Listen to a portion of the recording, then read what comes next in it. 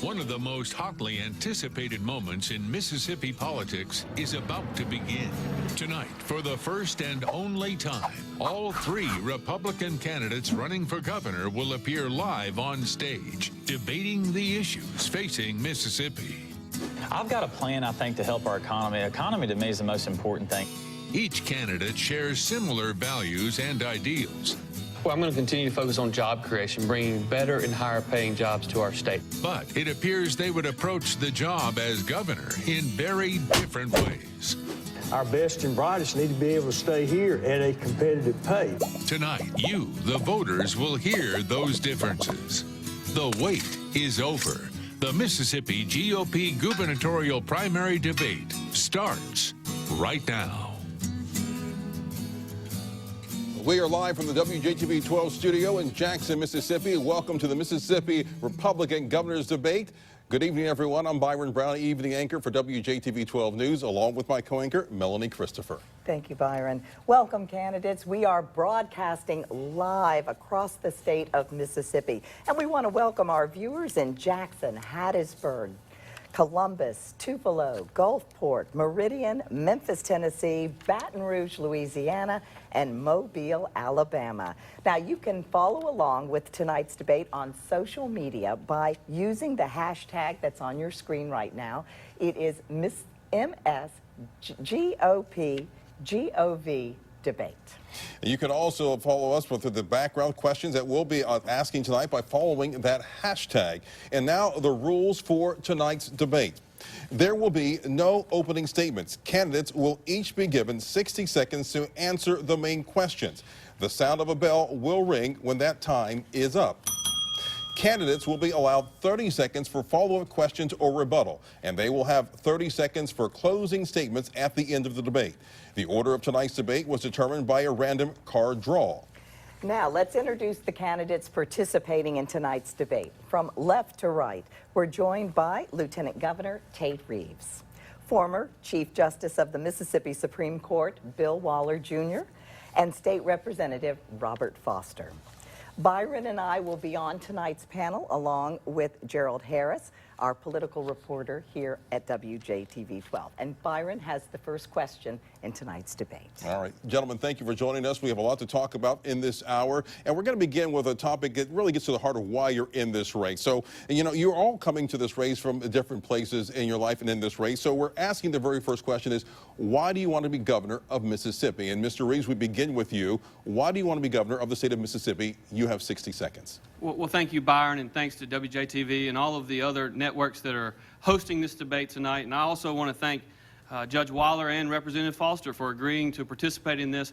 This is going to be a great opportunity for us to tell the people of Mississippi what we believe in. But what we have to also remember is that our policy differences aside, our political enemy is not one another, but is the liberal policy ideas of the party of Chuck Schumer and Nancy Pelosi. I want to be governor because I believe Mississippi is headed in the right direction. We have the lowest unemployment rate of any time in our state's history. We have more people working today than at any time in our state's history, and we need a governor that can take us to our full potential. I've had the opportunity over the last 8 years to work closely with Governor Bryant in moving Mississippi in the conservative direction, and I am proud of where we find ourselves, but we have a lot more work to do, and that's why I'm running for governor. Mr. Foster, why do you want to be governor of Mississippi? Well, I prayed about this decision for nearly a year. It was one of the toughest decisions I've ever made in my life. And after running a small business for the last 14 years of my life and serving one term as a state representative, I ultimately felt led to give people a choice of somebody that's not ingrained in Mississippi politics to the point that they owe so many favors and have so many promises to give out that they are not able to make the right decisions for the people of the state of Mississippi. And I want to be able to go in with someone that doesn't owe anybody any promises, any favors, and I don't have any strings attached to me, and I want to be able to do what's in the best interest of the working people of our state and the small business owners and help get our economy to where it rightfully should be, growing at a much faster pace. Mr. Waller, why do you want to be governor of Mississippi? There's three pressing issues I think that are at the top of everyone's list. First is education. We have the highest paid commissioner of education in the nation and the lowest paid teachers in the nation, and I want to fight to end that. We also need to end the paradigm of college-only curriculum. We need to have vocational and career training in our classrooms. Healthcare. Every hospital in the state has been downgraded by Moody. We've got a crisis, and there's an easy solution. It won't take any tax money, just like Mike Pence did in Indiana. And finally, our roads and bridges. We have 400 bridges that need to be repaired and replaced. We've got 5,000 miles of roads that are in substandard or poor condition, and we need to move right now because what we have is not adequate. It's not even really a road program if you analyze it. So my 21 years on the Supreme Court, 10 years as Chief Justice, my 29 years in the military, I'm ready to serve and ready to work with the people. All right. Mr. Reeves, do you believe that you're next in line to be governor? You have 30 seconds. Well, I believe that no one is next in line to be governor. I believe that everyone on this stage and everybody running for governor needs to go out and earn the support of the people of Mississippi. I've worked hard during this campaign to travel all over our great state. I've talked to folks in every city, every county, and I'm looking forward to serving as our next governor. Mr. Foster, you've made some controversial tweets, one of which saying anyone who votes Democratic in 2018 is either ignorant or evil. How would you unite the state as governor? Well, the whole point of that tweet, if you look at the rest of what I was talking about at the time, was that abortion to me is an evil in this nation, one of the greatest evils we've ever faced in our nation. And I believe it's ignorant policy to have an open border policy. And that's what the Democratic Party that was running for U.S. Senate at the time was pushing for. And so I was talking about that in context, and I stand by that. Mr. Waller, you are retired from the Supreme Court, as you just mentioned, and then you jumped into this race. Some are wondering, were you recruited to run against your opponents? The reason that I got in the race is people contacted me, they wrote letters, they came to see me. My wife and I struggled with it over Christmas, and finally, watching the State Address and seeing what the leading candidates were promising, I thought we could do better. And so health care, education, roads and bridges, we need a different direction on that. Thank you, Mr. Waller. Our next question will come from Melanie. Thank you, Byron. Good evening, gentlemen. Women following you on the campaign trail has become an issue in the past couple of weeks, and we want to talk to you about it. Mr. Foster, you have made national headlines when you denied a female journalist's request to accompany you on the campaign trail unless she had a male companion. Mr. Waller, you have said you follow the same rule, saying it's just common sense. Mr. Reeves, your campaign has said that you welcome all journalists as long as they are fair. The question to each of you tonight, how will you seek to ensure that women will be included among your administration, including whether they will be considered for top roles? Mr. Foster, we'll start with you. You have 60 seconds. Thank you. In my life, running my business and my personal life, I've always treated everyone with the same respect, whether they're male, female, and I give people the opportunity to serve in a position based on their abilities and nothing more. My personal choice to a vow that I've made to my wife to not be alone with a member of the opposite sex is not going to inhibit my ability to serve as governor in any way. I've done it in my professional career. So has Billy Graham, Vice President Mike Pence. Many other men and women that are leaders of major corporations have this same policy to have an open door when they're in meetings so that there's no closed door, and also not to ride around alone with someone of the opposite sex. There's always going to be a staff member present, and that's not going to stop anyone from being able to do their job. Thank you, Mr. Foster. Mr. Waller, how will you seek to ensure that women will be included among your administration, including whether they will be considered for top roles? You have 60 seconds. I have started with the Supreme Court. Chief Justice Lenore Prather was Chief Justice. She's my mentor. I've worked with many wonderful women justices, Ann Lamar, Kay Cobb, Dawn Beam. So I'm very familiar with that. I employ female clerks, female staff members. We hire our court administrators. So I'm very familiar with that. And the policy is, if you go back, I work in preschool at church. We have a requirement that there's 2 adults there before you have any children. I work in Boy Scouts. We've always had a requirement for 2 adults with the children. I teach adjunct professor at University of Mississippi. They have a requirement you take a course that you always have an open door policy, but you always have an atmosphere that is non-threatening, that you don't place yourself in a compromise. This is what corporate America does. So there's nothing new or novel about that. And the reason is that, and why I can be is a non-threatening environment. Thank you, Mr. Waller. Mr. Reeves, how will you seek to ensure that women will be included among your administration, including whether they will be considered for those top roles? Well, thank you. First of all, I want to commend Robert on his stance on this issue. The fact of the matter is he is following his faith, and the national liberal media has attacked him for it, and he stood strong. So I want to congratulate him for that. It's not unlike what happened to me when we worked hard in the legislature, passed the Religious Freedom Restoration Act, and it's not unlike what's happened when we talk about adding "In God We Trust" to our Mississippi state seal. But really, with this question, I think it brings about two questions. Number one, is it okay to bring your faith into your public life? And the answer to that question is absolutely yes, it is. But the second question that it brings is, if elected governor, would you be willing to treat everyone fairly? And I think anyone that has come to my office, first when I was state treasurer and then when I was lieutenant governor, would tell you that my chief advisor is someone that's one of the most respected people in state government, Liz Welch. And she has done a fantastic job, first as deputy treasurer and then most recently as the secretary of the Senate. And so I'm very proud of her. But I hired her because she was the best person for the job. Thank you, Mr. Reeves. Now, I understand what you're saying, but the question is, how will you ensure that women will be a part of your administration, including those top roles? How are you going to do that? Well, you can just look to my last 16 years in public office, and it is confirmation. My deputy state treasurer, when I was state treasurer, was a female. And it's Liz Welch. She's one of the most respected members of state government in all of state government. In fact, she worked for the treasurer before me. And so I have a record of proving exactly that. All right. Thank you, Mr. Reeves. I do have a follow-up question here. How do you plan to have a racially diverse administration? Mr. Foster, we'll start with you, 30 seconds. Thank you. I don't look at people's skin color when I look at who I'm going to hire for a position. I look at people's abilities, and whoever is best for the position is going to get the position. And that's the way it should be. We shouldn't look at somebody and say we're going to give them a position based on what their skin color is. That's not equality. What is equality is to give people the position based on who is best fit for the position. Thank you, Mr. Foster. Mr. Waller, how will you how do you plan to have a racially diverse administration? I've always had a racially diverse administration. Timothy Howard, one of my first law clerks, a graduate of Notre Dame, is now the city attorney for the city of Jackson, African American. I've got females, people of color.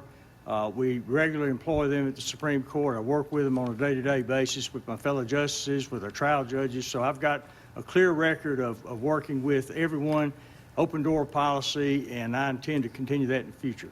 Thank you, Mr. Waller. Mr. Reeves, how do you plan to have a racially diverse administration? You have 30 seconds. Well, I plan to hire the best person for the job.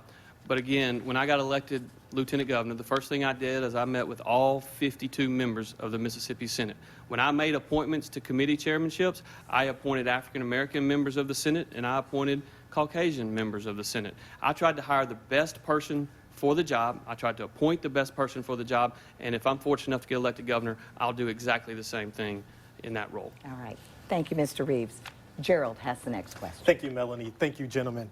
Let's get to some policy now. There's a ballot initiative for 2020 that has seen some strong support this summer. The proposal will expand the use of marijuana for 22 serious medical issues. We have a simple question for you. Would you support the language in this ballot initiative, which would legalize medical marijuana for patients with debilitating medical conditions and regulated by the State Department of Health? Yes or no, and why? Mr. Waller, you have 60 seconds. Of course, I've got my whole career, 42 years is in law, and the last 21 on the Supreme Court, and we've reviewed a number of cases involving drug offenses. I've championed drug courts, brought them to all the courts of the state, and I can tell you that last thing we need is another substance that could provide issues. And of course, we all know that even in the medical use, the reports of increased aggressiveness with the use of it as a gate to other drugs. Where I am right now, I'm not interested in introducing another drug unless it can be shown there is a void that cannot be filled in any other way. Mr. Waller, I didn't hear a yes or no. Would you support the language in this ballot? No, would not. No. Okay. Mr. Reeves, would you support the language in the ballot initiative? You have 60 seconds to respond. Well, thank you. I am personally opposed to the ballot initiative, and I'm very, very likely to vote no on it. And the reason for that is I have 3 daughters, and like Justice Waller just said, I see this as a potential gateway drug, and the reality is that in many, many areas of our society today, drugs are killing people. Drugs are ruining people's lives. They lead to a life of criminal activity and other things, and so I will personally vote no on this particular initiative. Now, if it were to pass, I'm going to do my constitutional responsibility as governor and do what and enact it in the way in which I'm supposed to do so. Thank you, Mr. Reeves. Mr. Foster, would you support the language in the ballot initiative? Not at this time, and the reason why is because it still has not been unscheduled by the federal government, so it still be federally illegal to have that substance and to be selling it in the state of Mississippi, which is a huge problem. And I do not want what they have in California and Colorado, where they have got pot shops on every street corner around the state. I think that puts a bad precedence in front of our children.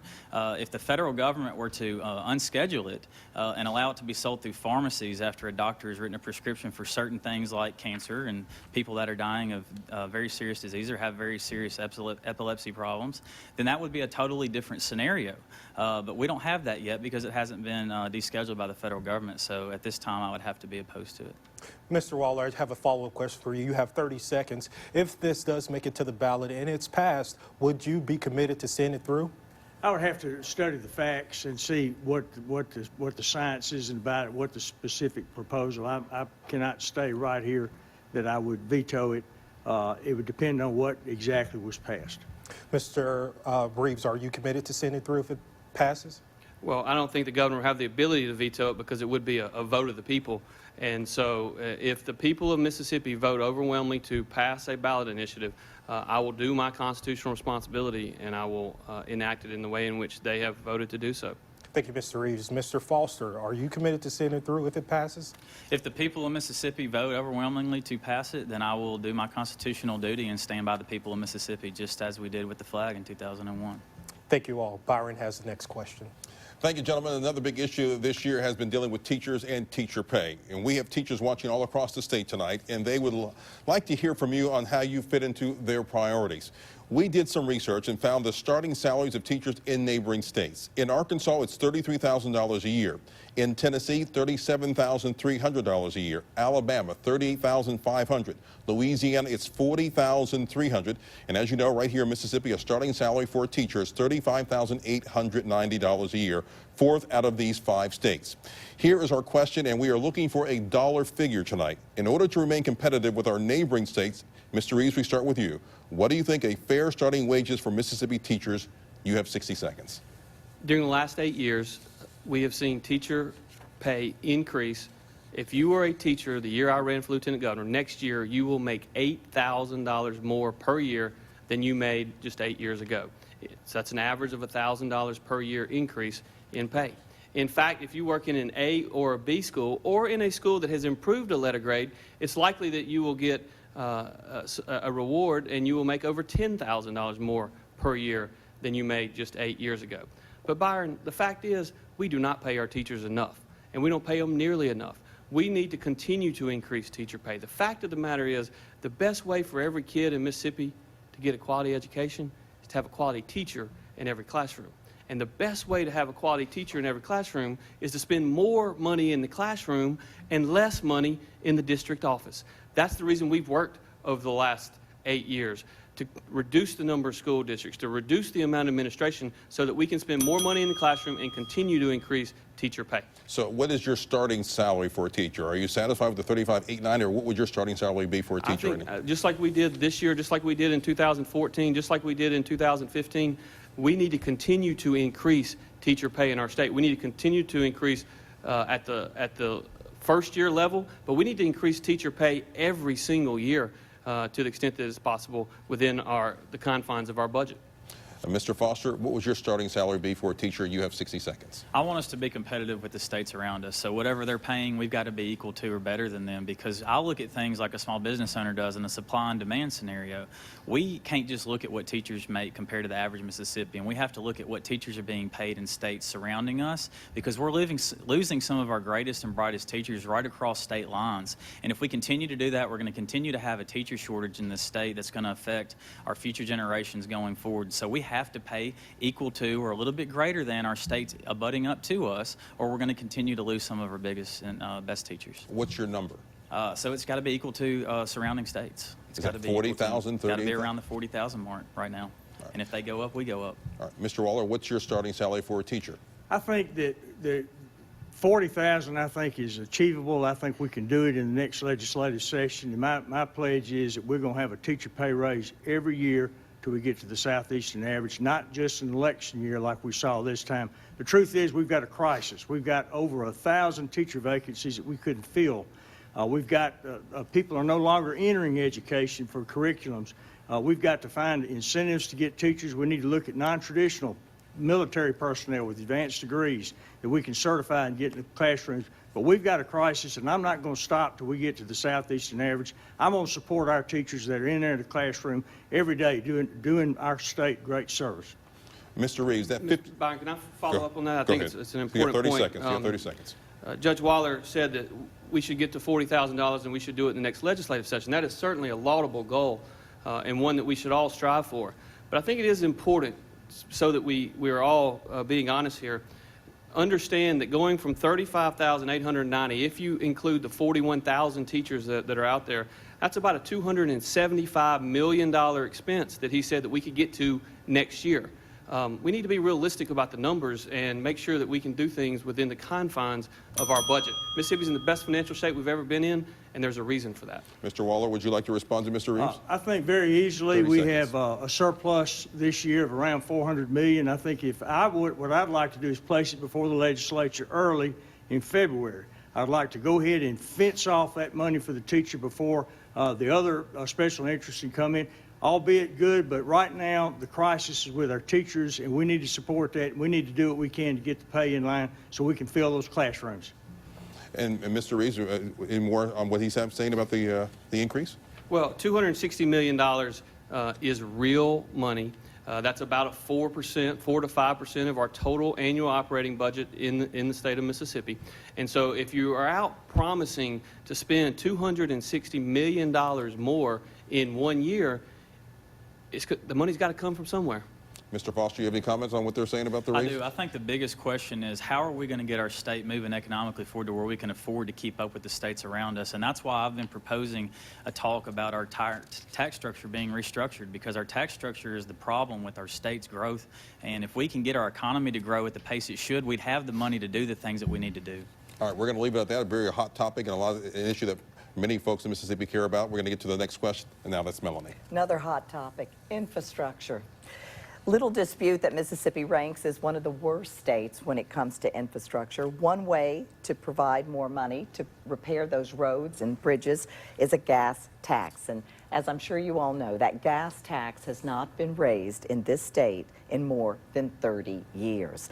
Now, according to the American Petroleum Institute, the current gas tax in Mississippi is just over 18 cents a gallon, while surrounding states are 2 cents or much more than that.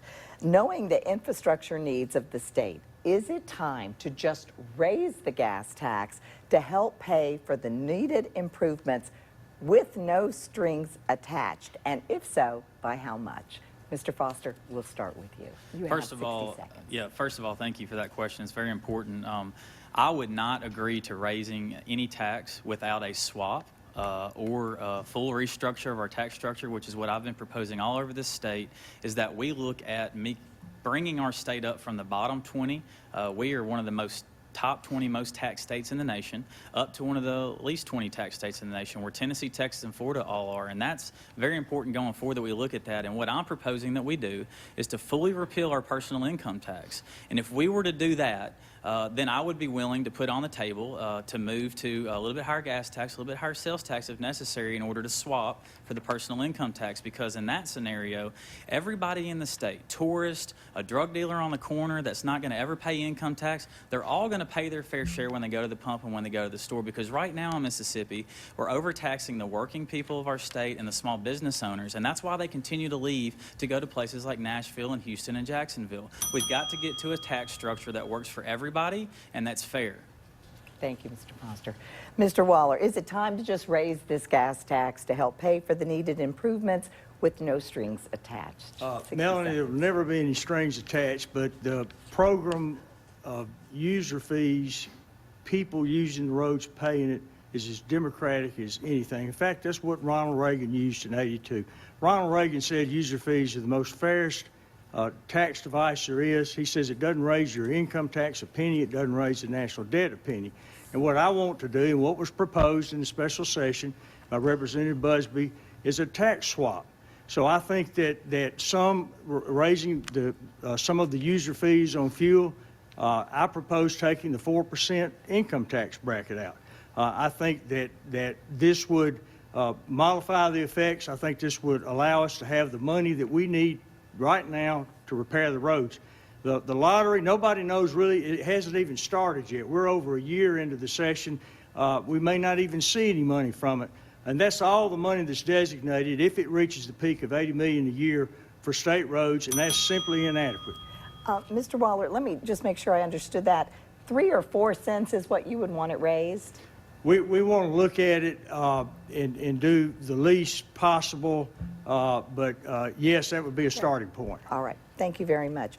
Mr. Reeves, is it time to raise the gas tax to help pay for the needed improvements? No strings attached. Well, let's just make sure we all have the facts. A 3 to 4 cent increase in the gas tax is a $60 to $80 million tax increase on hard-working Mississippi families. I am the only candidate, I think the only candidate of either party that is opposed to raising the gas tax, and I'm on record being opposed to it.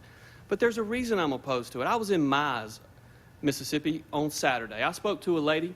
She drives to Jackson every day to work. Her husband drives to Hattiesburg every day to work. And you know, there are studies out there which say the average family of 4 raising the gas tax could cost them as much as $500 per year. Now, those who want to raise the gas tax, they say, you know what, $500 a year just ain't that much money. Well, I grew up in Florence, and my mom and dad both grew up in Boca Chica. I can tell you there are a lot of people in Boca Chica, $500 a year is real money to them, and it affects their ability to maintain their lifestyle. I am the only candidate opposed to raising the gas tax, and I stand by that issue. All right. Thank you, Mr. Reeves. Mr. Foster, now you said that, that of course you want to repeal the income tax. Is that, if indeed that happened, would you then support the gas tax? If there was a swap that was equal to the working class of our state, then I would do that, because if you cut their personal income tax, instead of just taxing the people that are working in a legitimate job and paying out of their paycheck a tax that is one of the most regressive in the nation, it's the most unconservative way to tax people, it would be a much better way. And the Lieutenant Governor mentioned that he is not for raising the gas tax, yet he has passed unfunded mandate after unfunded mandate down to local, county, and city governments over the last 8 years as Lieutenant Governor that have resulted in countless increases in their property taxes and their car tags over the last 8 years. All right. Thank you, Mr. Foster. Mr. Waller, I know you're saying that that's what you would look at, the 3 to 4 cents. Is that what, is there anything else that it would take for you to do that? Is this something you would do right away? Absolutely, because our road needs are there. We have to do something, and the truth is a gas tax of that, or a user fee of that would be a minimum, probably $10 a month or less on a user, and this would be a tax swap. We would take the 4% income tax bracket. So it would not, this would be a proportionate swap, and something that we've got to have a steady stream of income to fix our roads. We have to have it, and that's the only way that you can do it. All right, thank you, Mr. Waller. Mr. Reeves, is there under any circumstance that you would consider raising the gas tax? Would you consider what Mr. Foster is saying in dropping the income tax? Well, I will tell you, in the Mississippi Senate, we didn't have to have a tax swap to eliminate the 4% individual income tax. In fact, we passed it with 37 votes in the Senate to eliminate the 4% individual income tax without raising anybody's taxes. We did that. Republicans voted for it. Democrats voted for it. We've proven that we can do it, and I think that's something we should do. I should also just make sure we have the facts straight. Supreme Court Justice Waller has proposed $260 million in new spending in pay raises, and he's also proposed eliminating the 4% individual income tax bracket, which will be an $180 million reduction in revenues from the general fund. So the math just doesn't work. Thank you very much. Gerald has the next question. For years, state leaders have resisted the expansion of the federal Medicaid program that is there to help people who do not have insurance. In the meantime, both Louisiana and Arkansas have decided to take the federal money to assist people in their states. According to the Kaiser Family Foundation, in 2017, 384,000 Mississippi residents do not have health insurance. Knowing that other conservative states in the country have adopted a version of Medicaid expansion. Mr. Waller, this first question is for you. Would you consider a proposal that would take federal dollars to help insure Mississippians? 60 seconds. Gerald, we have to do it. And I want to use the Mike Pence reform. We could bring up the level to 138% of the poverty level. It will cost zero state budget money, zero state budget. The hospitals are willing to underwrite it because they've been downgraded by Moody's. They've lost over $600 million in uncompensated emergency room care. It would be conservative principles. Right now, if somebody's on welfare, if they get a job at McDonald's, they lose their benefits. That's not conservative. We need to incentivize people to work. Our workforce participation in Mississippi is 49th or the next to last. It's only 55%. I want to get people in the workforce. That's how we're going to create money. That's how we're going to grow our economy. And we have to do it. We're worth $1 billion a year to our 115 hospitals and over 60,000 employees. But more importantly, medical care for our citizens, which I think is a right to life issue. Thank you, Mr. Waller. Mr. Reeves, would you consider a proposal that would take federal dollars to help insure Mississippians? You have 60 seconds. Thank you, Gerald. I'm opposed to Obamacare expansion in Mississippi. I don't care what you call it. I am opposed to Obamacare expansion. I'm philosophically opposed to adding 300,000 more people to the Medicaid rolls, but I'm not just opposed to this for philosophical reasons. I've studied it. I've looked at it, and I'm opposed to it from a policy perspective as well. I'm glad that you mentioned Louisiana because, you know, there was a study that came out just last week. And did you know that in Louisiana, somewhere between by the way, they didn't expand Medicaid until they elected a Democrat governor in 2015. But this most recent study shows that somewhere between 3,000 and 5,000 Louisiana residents every single month are getting their private insurance dropped and going onto the Medicaid program. In other words, what that has done is it is moving people that are currently insured in the private sector and moving them to the government rolls.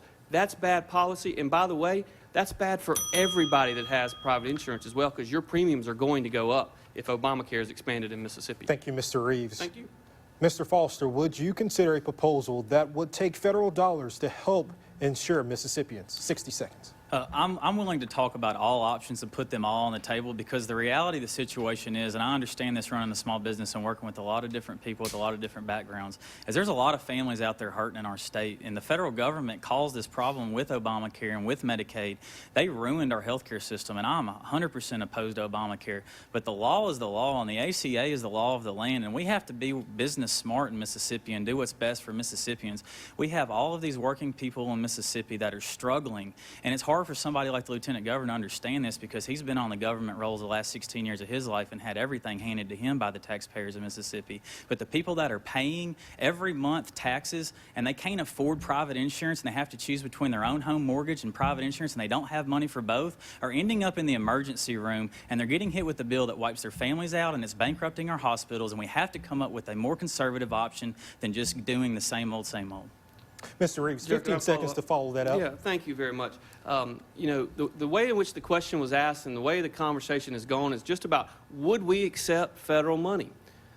The point that is being missed in all of this is, while there is some federal money attached to it, by the way, I pay federal taxes as well, and the fact of the matter is nobody at the federal government is actually paying for the Affordable Care Act. It's actually being paid for by China because the federal government's borrowing money so that our kids and our grandkids can pay for it. But more importantly than that, it's going to cost the state of Mississippi $220 million per year just in state match if we expand Obamacare. Thank you, Mr. Reeves. May I follow up with that? We're going to get to some follow-up questions, beginning with this. Arkansas has their Medicaid program requiring people to work. Would you support something similar to that, requiring people to work in order to get Medicaid coverage? Absolutely, but the category of people that this affects are working people. And they also would be required to do conservative things like pay a policy payment and pay co-pays. And the models are there. We're following Mike Pence, Vice President Mike Pence in Indiana. And there is no cost to the state. The hospitals have agreed to underwrite it, and that with what the participants pay will fund the program. It's like a federal income tax refund that we're not taking. That's exactly, we paid the taxes, we're entitled to it. Thank you, Mr. Waller. Mr. Reeves, is it no under any circumstances, or would you support something where requiring people to work? When someone says that Obamacare expansion is going to be no cost to the state, I am reminded of what President Obama said to get it passed. He said, if you want to keep your doctor, you can keep your doctor. He said, if you want to keep your plan, you can keep your plan. Well, both of those things have been proven to be false, and I do not believe that it would be no cost to the state. That's a fairy tale belief. 30 seconds, Mr. Waller. Would you support something similar to Arkansas Works, requiring people, Mr. Foster, requiring people to work in order to get coverage? I'm still considering all options.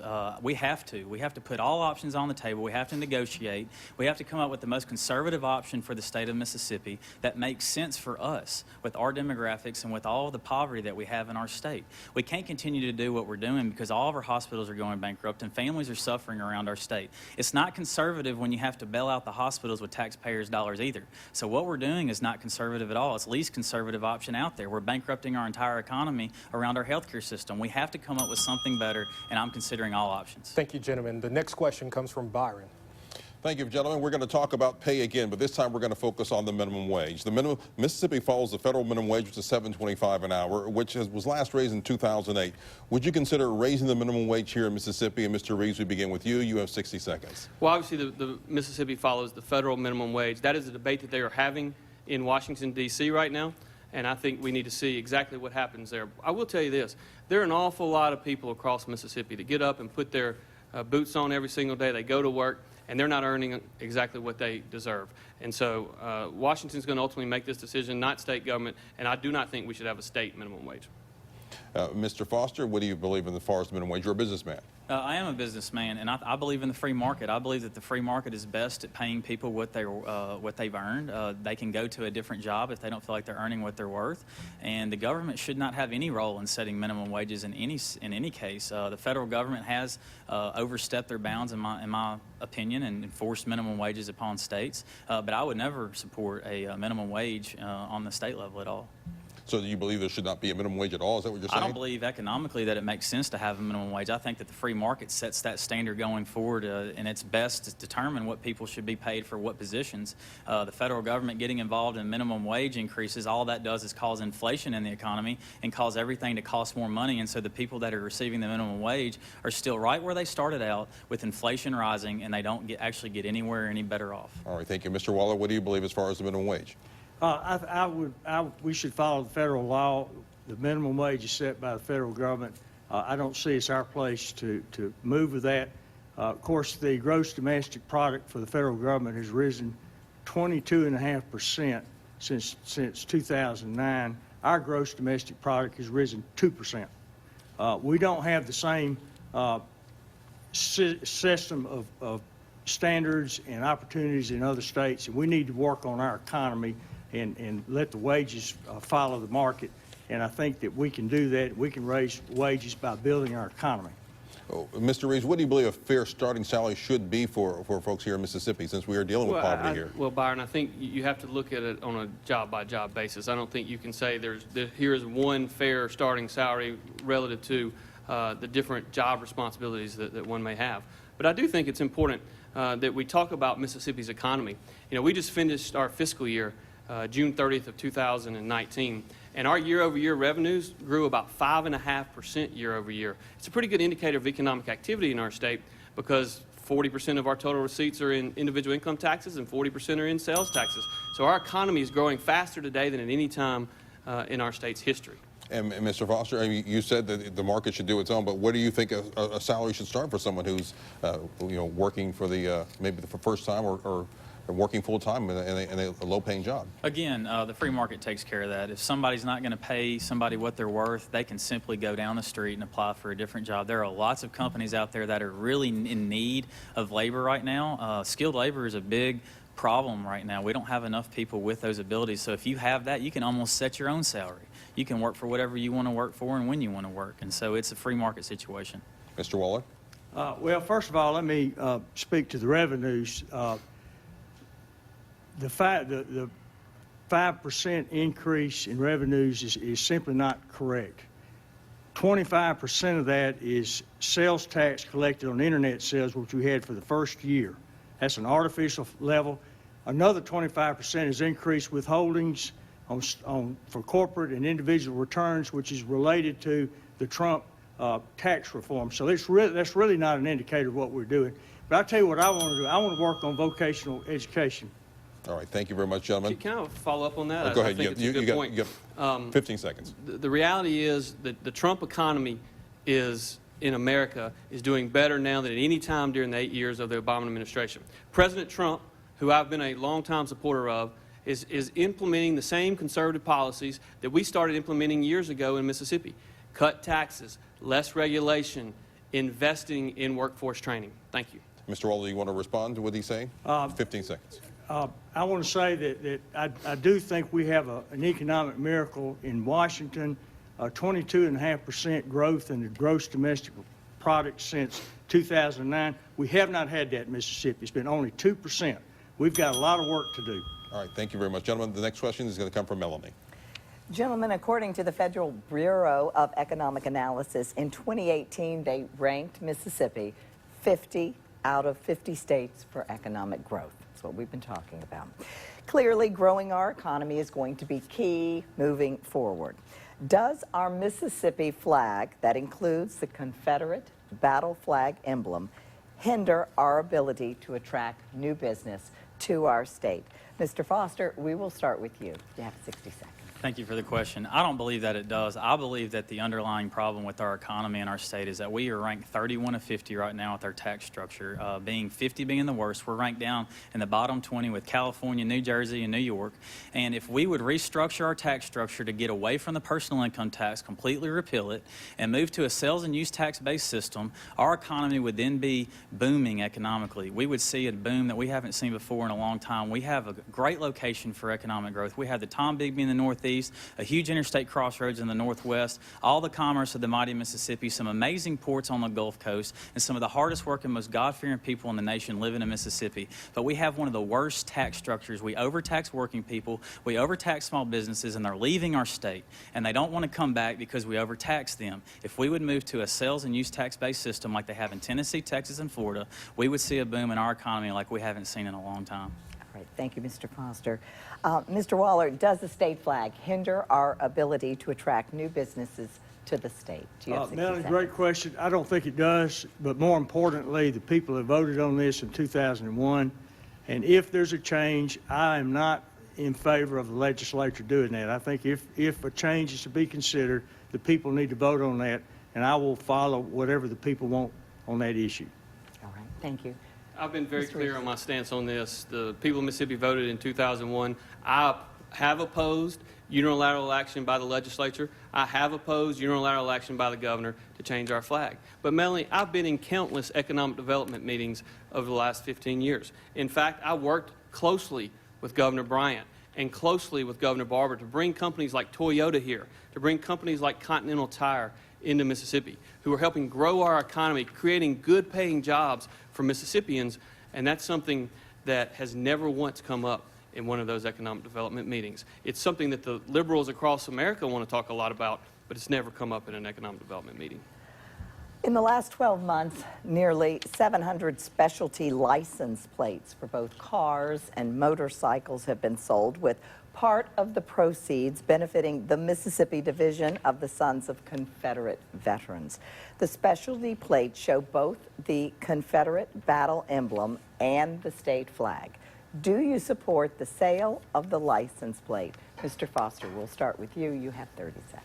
Absolutely. It's the heritage of a lot of people that fought in the Civil War, their family lineage, and so they have a right to have that license plate, and I support their decision to buy that if they so choose.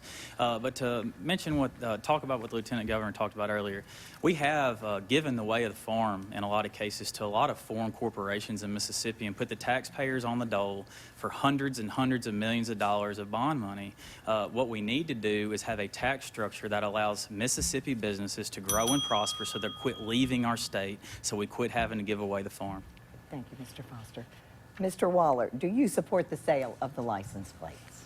I think that it's legally allowable. I think that's a registered charitable organization, so certainly they've got a right like anyone else to, and they support study of history in that particular area, and so I think that it's appropriate just as every other organization. All right, thank you very much. Mr. Reeves. Every year the Mississippi legislature passes a tag bill, as they call it, that adds to the number of specially licensed tags. Literally hundreds are on the books now, and I think that particular organization has just as much a right to offer their tags. There are people who are paying extra money as any other organization does. All right, thank you very much. Gerald has the next question. Back to education. This past session, there was a late add to a bill moving more public school dollars to fund private school education for special needs students. Mr. Waller, would you support further expanding the use of vouchers for private schools beyond students with special needs? You have 60 seconds. Well, first, the issue is we've underfunded special education consistently in the state, and we need to work on that. But with respect to the voucher, we need to have transparency. The problem with that is it was added in a conference report without any debate, without any discussion, without any consideration by anyone. And so if we're going to have that, first of all, it needs to be for accredited schools. They need to be subject to the same standards that public schools are standard. And it needs to go through the committee process where you have hearings, where you have people testify. That you get some real facts on it. It needs to be voted and vetted by the full legislature and not secretly added in a conference report. Mr. Reeves, would you support further expanding the use of vouchers for private schools beyond just students with special needs? I'll tell you, Gerald, this is an issue that has been discussed a little bit during this campaign. It needs to be discussed more. When I got elected Lieutenant Governor, the national high school graduation rate, the average for students with special needs, was 55%. That's terrible, and that's nationally. In Mississippi, it was 22%. So early in this session in January, I had 6 moms come to my office. They sat down and they talked about the struggles that their kids have gone through. They begged me to stand up for their kids. And I'll tell you, since we've started education scholarship accounts for students with special needs, our high school graduation rates have risen from 22% to 38%. There are literally hundreds and hundreds of kids that are getting the services that they need. In fact, after this passed, there was one African-American mom who said publicly, "I'm a Democrat, but I'm going to vote for Tate Reeves because he cares about my kid." Mr. Reeves, just to circle back, would you support vouchers for students who do not have special needs to go to private schools? Well, I'll tell you, we still have a large number of students with special needs that are not using education scholarships accounts. I think we need to continue to look to improve that. But I will tell you, I think the best way for every kid to get a quality education is for parents to have more options, for parents to have more choices in what's best for their kids, because parents make better decisions than any governmental entity ever will. Mr. Foster, thank you, Mr. Reeves. Mr. Foster, would you support further expanding the use of vouchers for private schools? Not at this time, and here's the real problem. Our lieutenant governor, it seems, looks at all of these children as a statistic. And I have 2 children in public school now, and children are not a statistic. They're not just another standardized test grade score. We have to start looking at all of our children as individuals.